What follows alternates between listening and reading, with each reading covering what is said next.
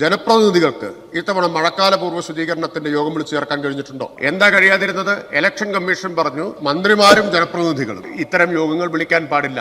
കളക്ടർമാരുടെ നേതൃത്വത്തിലാണ് നടന്നത്. ഞാൻ പറഞ്ഞ അഭിപ്രായം മന്ത്രി അടിവരയിട്ടു. മഴക്കാല പൂർവ്വ ശുചീകരണം നടന്നില്ല. തെരഞ്ഞെടുപ്പ് പ്രഖ്യാപിച്ചിട്ട് എത്ര നാളായി? തെരഞ്ഞെടുപ്പ് കാലത്ത് ഇതൊക്കെ നടക്കില്ല എന്ന് ആർക്കാ അറിയാൻ പാടുള്ളത്? അത് അഡ്വാൻസ് ആയിട്ട് ചെയ്യേണ്ട ഉത്തരവാദിത്തം ആർക്കാണ്? ഗവൺമെന്റിനല്ലേ ഉത്തരവാദിത്തം. MLA-യുടെയും മന്ത്രിയുടെ മീറ്റിംഗ് കൂടിയിട്ടാണോ മഴക്കാല പൂർവ്വ ശുചീകരണം നടക്കുന്നത്? അപ്പൊ നിങ്ങൾക്കൊരു മെഷീനറി ഇല്ലേ? സർക്കാരിനൊരു മെഷീനറി ഇല്ലേ?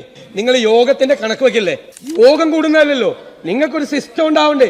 നിങ്ങൾക്കൊരു മെഷീനറി ഉണ്ടാവണ്ടേ? അവരെല്ലാവരും കൂടി യോഗം ചേർന്നത് ചെയ്യാലോ. നിങ്ങൾക്ക് ഡയറക്ഷൻ കൊടുത്താൽ മതിയല്ലോ. യോഗം ചേരണേനാണ് വിലക്ക്, അല്ലാതെ മഴക്കാല പൂർവ്വ ശുചീകരണം നടത്തുന്നതിന് തെരഞ്ഞെടുപ്പ് കമ്മീഷന്റെ വിലക്കൊന്നും ഉണ്ടായിരുന്നില്ല. ഉണ്ടായിരുന്നോ? ഇല്ല.